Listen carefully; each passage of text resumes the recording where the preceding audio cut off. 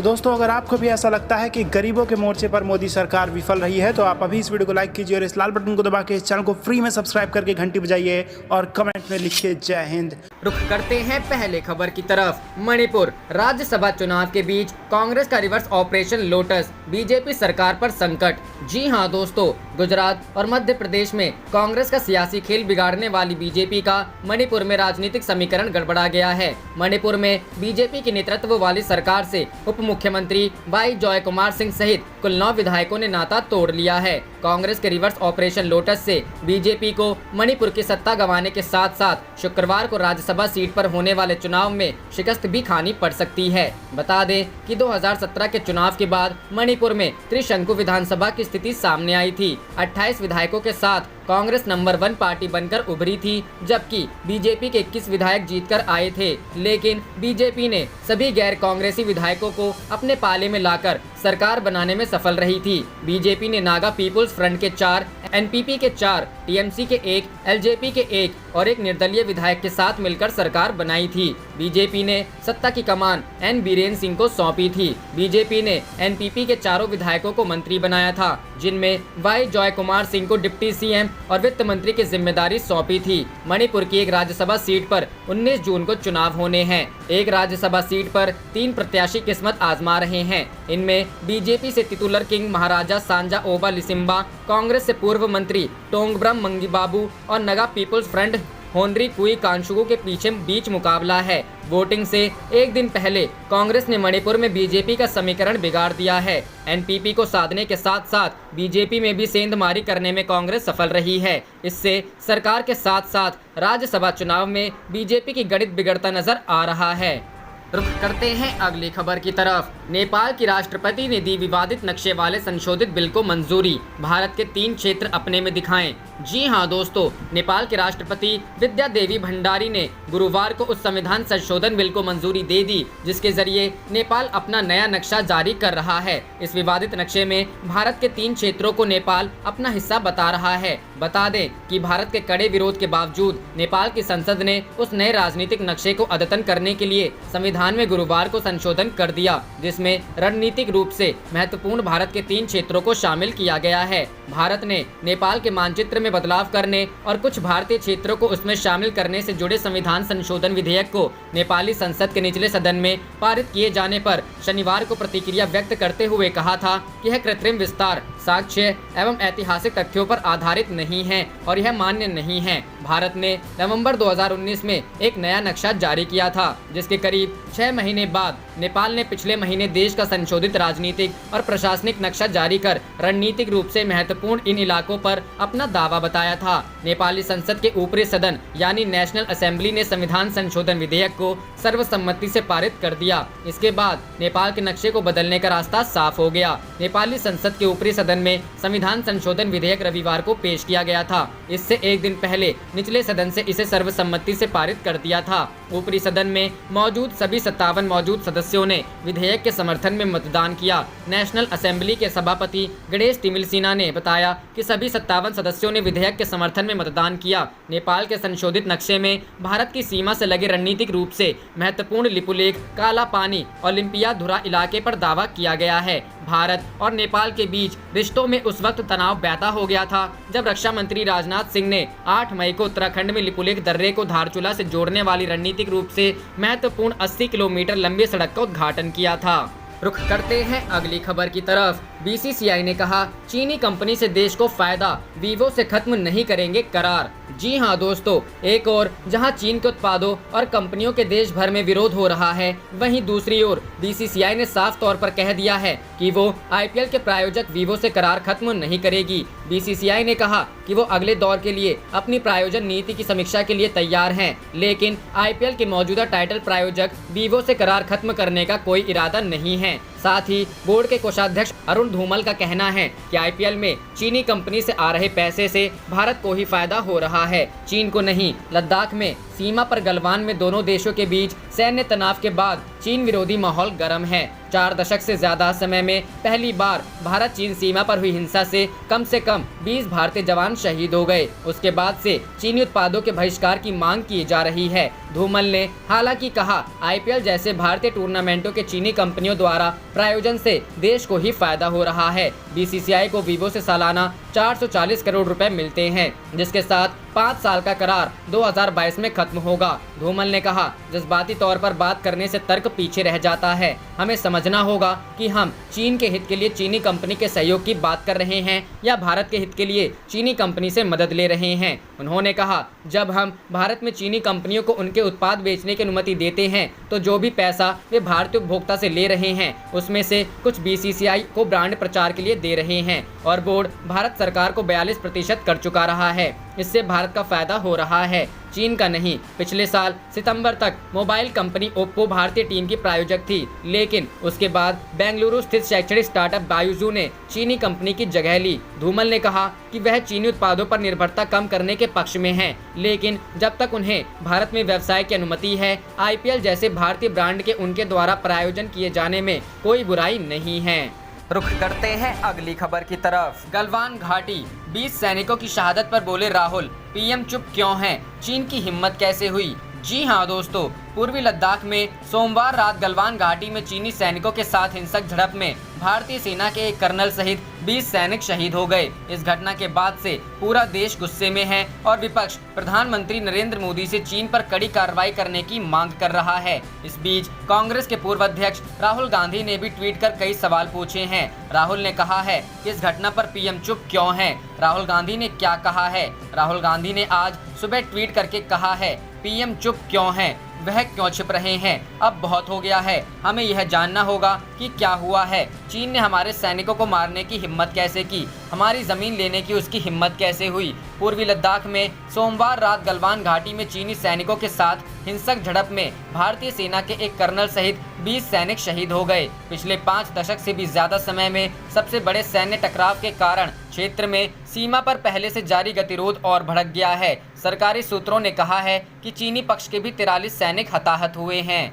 रुख करते हैं अगली खबर की तरफ। जरा मुल्क के रहबरों को बुलाओ, पूछो 56 इंच का सीना कहाँ है? सुप्रीम कोर्ट के पूर्व जज का मोदी सरकार पर निशाना। जी हां दोस्तों, पूर्वी लद्दाख के गलवान घाटी में भारत चीन सेनाओं के बीच हुई हिंसक झड़प में भारतीय सेना के 20 जवान शहीद होने पर सुप्रीम कोर्ट के पूर्व जज जस्टिस मार्केंडे काटजू ने केंद्र की नरेंद्र मोदी सरकार पर निशाना साधा है। उन्होंने गुरुवार को ट्वीट कर कहा है कि जरा मुल्क के रहबरों को बुलाओ, यह गलवान घाटी, यह लाशें दिखाओ, यह कर्नल की बिलखती मां को बताओ, वह 56 इंच का सीना कहाँ है? भारत चीन सीमा विवाद के बीच जस्टिस काटजू ने 13 जून को भी मोदी सरकार को निशाने पर लिया था। तब उन्होंने कहा कि चीनी फौज ने लद्दाख की पूरी गलवान घाटी पर अवैध कब्जा कर लिया है, मगर हमारी सरकार शुतुरमुर्ग की तरह आंखें मूंदे बैठी है, या रोमन सम्राट नीरो जैसी सारंगी बजा रही है, या मुंशी प्रेमचंद की कहानी शतरंज के खिलाड़ी के पात्र मीर और मिर्जा साहेब जैसे खतरे से अनभिज्ञ खेल में मग्न है। इधर सुप्रीम कोर्ट के पूर्व जज ने एक वेबसाइट से संपादक से बातचीत में कहा कि अब हमें समझना होगा कि चीन अब समाजवादी देश नहीं रह गया है, वह अब पूंजीवादी देश है और अपनी सरप्लस पूंजी खपाने के लिए ये देश आक्रामक विस्तारवादी साम्राज्यवाद के रास्ते पर चल पड़ा है। चीन पूरी दुनिया के बड़ा खतरा है। रुख करते हैं अगली खबर की तरफ। चीनी कंपनी को रेल कॉरिडोर का ठेका देने पर बोली प्रियंका, ये घुटने टेकने जैसी रणनीति। जी हां दोस्तों, लाइन ऑफ एक्चुअल कंट्रोल पर भारतीय सेना के 20 जवानों की शहादत से देश गुस्से में है और हर तरफ चीन का बहिष्कार करने की मांग की जा रही है। इस बीच कांग्रेस ने Delhi Meerut semi high speed rail corridor का ठेका चीनी कंपनी के दिए जाने का मामला उठाया है। पिछले दिनों ही यह ठेका चीनी कंपनी को मिला है। कांग्रेस महासचिव प्रियंका गांधी वाड्रा ने गुरुवार को ट्विटर पर लिखा, हमारे 20 जवान शहीद हुए हैं, ऐसे में केंद्र सरकार को मजबूत संदेश देना चाहिए, लेकिन सरकार ने Delhi Meerut semi high speed rail corridor का ठेका चीनी कंपनी को सौंपकर घुटने टेकने जैसी रणनीति अपनाई है। तमाम भारतीय कंपनियां भी इस कॉरिडोर को बनाने के काबिल हैं। दिल्ली मेरठ के बीच semi high speed rail corridor बनना है। इस प्रोजेक्ट से दिल्ली गाजियाबाद होते हुए मेरठ से जुड़ेगी। 82.15 किलोमीटर लंबे RRTS में 68.3 किलोमीटर हिस्सा एलिवेटेड और 14.12 किलोमीटर अंडरग्राउंड होगा। अंडरग्राउंड स्ट्रेच को बनाने का काम चीनी कंपनी को दिया गया है। दिल्ली मेरठ RRTS प्रोजेक्ट के अंडरग्राउंड स्ट्रेच बनाने के लिए सबसे कम रकम की बोली एक चीनी company Shanghai tunnel engineering company limited ने लगाई है। STEC ने 1126 करोड़ रुपए की बोली लगाई थी। चीनी कंपनी को ठेका दिए जाने का हर कोई विरोध कर रहा है। चीना सीमा पर विवाद के बाद भारत सरकार ने उन प्रोजेक्ट की समीक्षा शुरू कर दी है जो चीनी कंपनियों को दी गई है। इसमें दिल्ली मेरठ RRTS प्रोजेक्ट भी है। सरकार की ओर से बिड को कैंसिल करने के लिए सभी कानूनी पहलुओं को देखा जा रहा है। माना जा रहा है कि इस बिड को सरकार रद्द कर सकती है। रुख करते हैं अगली खबर की तरफ। जवानों की शहादत, देश की आत्मा पर चोट, राष्ट्रहित को सर्वोच्च रखते हुए आगे बढ़े सरकार, प्रणब मुखर्जी। जी हां दोस्तों, पूर्व राष्ट्रपति प्रणब मुखर्जी ने चीन के साथ टकराव और 20 भारतीय सैनिकों की शहादत पर अपना बयान जारी किया है। पूर्व राष्ट्रपति ने कहा है कि ये घटना न सिर्फ देश बल्कि दुनिया के लिहाज से भी अहम है। हमारी सरकार को देश हित को ध्यान में रखते हुए इस पर आगे बढ़ना होगा। पूर्व राष्ट्रपति ने कहा, चीन के साथ हालात को संभालते हुए सरकार को इसमें सभी को विश्वास लेकर यह सुनिश्चित करना चाहिए कि राष्ट्रीय हित से ऊपर कुछ भी नहीं है। ऐसा दोबारा ना हो, इसके लिए विकल्प तलाशें। प्रणब मुखर्जी ने शहादत देने वाले जवानों की श्रद्धांजलि देते हुए कहा कि मेरा मानना है कि हमारी संप्रभुता और अखंडता की रक्षा करने वाले वीर जवानों की शहादत से बढ़कर भारत माता की कोई और सेवा नहीं हो सकती। उनके बलिदान के दम पर ही हम स्वतंत्र हैं। आगे उन्होंने लिखा, लद्दाख में देश के अंतरात्मा को चोट पहुंचाई गई है। ऐसा दोबारा ना हो, इसके लिए सभी संभव विकल्प तलाशे जाने चाहिए। पूर्व राजनीतिक वर्ग को आपसी सहयोग के माध्यम से संतोषजनक तरीके से इससे निपटने की जरूरत है। इसके लिए केंद्र सरकार को सशस्त्र बलों समेत विभिन्न हितधारकों को साथ लेना चाहिए। राष्ट्रपति रामनाथ कोविंद ने शोक जताया। राष्ट्रपति रामनाथ कोविंद ने लद्दाख में चीन और भारतीय सैनिकों की हुई हिंसक झड़प में एक कर्नल सहित 20 भारतीय सैनिकों के शहीद होने पर शोक जताया है। उन्होंने अपने ट्वीट में लिखा, सशस्त्र बलों के सुप्रीम कमांडर के रूप में मैं देश की संप्रभुता और अखंडता की रक्षा के लिए हमारे सैनिकों के अनुकरणीय साहस और सर्वोच्च बलिदान को नमन करता हूं। रुख करते हैं अगली खबर की तरफ। राज्यसभा चुनाव के बीच कांग्रेस का रिवर्स ऑपरेशन लोटस, बीजेपी सरकार पर संकट। जी हां दोस्तों, गुजरात और मध्य प्रदेश में कांग्रेस का सियासी खेल बिगाड़ने वाली बीजेपी का मणिपुर में राजनीतिक समीकरण गड़बड़ा गया है। मणिपुर में बीजेपी की नेतृत्व वाली सरकार के उप मुख्यमंत्री वाई जॉय कुमार सिंह सहित कुल 9 विधायकों ने नाता तोड़ लिया है। कांग्रेस के रिवर्स ऑपरेशन लोटस से बीजेपी को मणिपुर की सत्ता गंवाने के साथ साथ शुक्रवार को राज्यसभा सीट पर होने वाले चुनाव में शिकस्त भी खानी पड़ सकती है। बता दें कि 2017 के चुनाव के बाद मणिपुर में त्रिशंकु विधानसभा की स्थिति सामने आई थी। 28 विधायकों के साथ कांग्रेस नंबर 1 पार्टी बनकर उभरी थी, जबकि बीजेपी के 21 विधायक जीतकर आए थे। लेकिन बीजेपी ने सभी गैर कांग्रेसी विधायकों को अपने पाले में लाकर सरकार बनाने में सफल रही थी। रुख करते हैं अगली खबर की तरफ। मेड इन चाइना नहीं, मेड इन PRC लिखकर चकमा दे रहा है चीन। बहिष्कार से बचने को अपना रहा ये तरकीब। जी हां दोस्तों, चीन सीमा पर भले ही खून खराबे को तैयार रहता हो, लेकिन भारतीय बाजार को लेकर ड्रैगन के मुंह से लार टपकता है। पूर्वी लद्दाख के गलवान घाटी में हिंसक झड़प के बाद एक बार फिर देश में चाइनीज प्रोडक्ट्स के बहिष्कार की मुहिम तेज हो गई है। ऐसे में आज हम आपको बताएंगे कि किस तरह चीन इस बहिष्कार लहर से बचने के लिए भारतीय उपभोक्ताओं की नजर में धूल झोंकने की कोशिश में जुटा है। असल में 2017 में डोकलाम तनातनी के बाद भी चाइनीज प्रोडक्ट्स के बहिष्कार की मांग तेज हो गई थी। इसके बाद दिवाली जैसे अवसरों पर भी कुछ संगठनों ने चाइनीज लड़ियों और मूर्तियों को नहीं खरीदने की अपील की थी। इसका काफी असर भी हुआ था। इसके बाद चीन उन चालाकियों में जुट गया जिससे अधिकतर भारतीय खरीदारों को पहली नजर में यह पता ही ना चले कि प्रोडक्ट चाइनीज है। कोई प्रोडक्ट किस देश में बना है यह पैकेट और प्रोडक्ट पर लिखा होता है। जैसे भारत में बने प्रोडक्ट पर लिखा होता है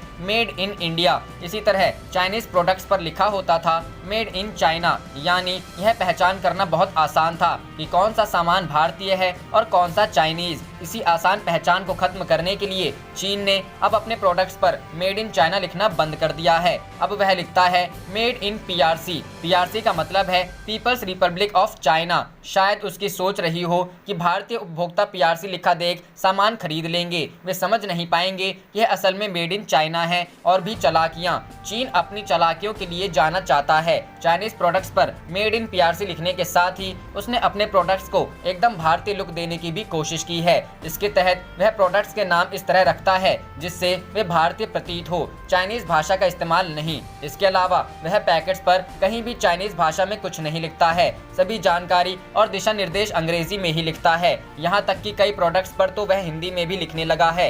इसके अलावा यदि किसी पैकेट पर कोई तस्वीर लगानी है तो वह भारतीय चेहरों की तस्वीर ही छापता है, यानी पूरी तरह प्रोडक्ट आपको भारतीय ही महसूस होगा। चाल में हो रहा कामयाब। नोएडा के सेक्टर 49 में मोबाइल और इलेक्ट्रॉनिक्स आइटम की दुकान चलाने वाले मुकेश कुमार पूर्वे कहते हैं, पिछले कुछ दिनों में यह देखने में आया है कि कुछ लोग सामान लेने आते हैं तो यह तो कहते हैं कि चाइनीज नहीं चाहिए, लेकिन वह पीआरसी लिखा हुआ सामान लेने लगते हैं। जब उन्हें बताता हूं यह पीआरसी लिखा हुआ प्रोडक्ट चाइनीज ही है तो वह कोई भारतीय प्रोडक्ट मांगते हैं। मुकेश ने कहा कि लोगों को यह नहीं पता नहीं कि चीन किस तरह पीआरसी लिखकर खेल खेल रहा है। उन्होंने बताया कि शुरुआत में तो उन्हें भी लगा कि ये प्रोडक्ट किसी अन्य तीसरे देश के हैं, लेकिन उन्हें होलसेलर ने यह जानकारी दी।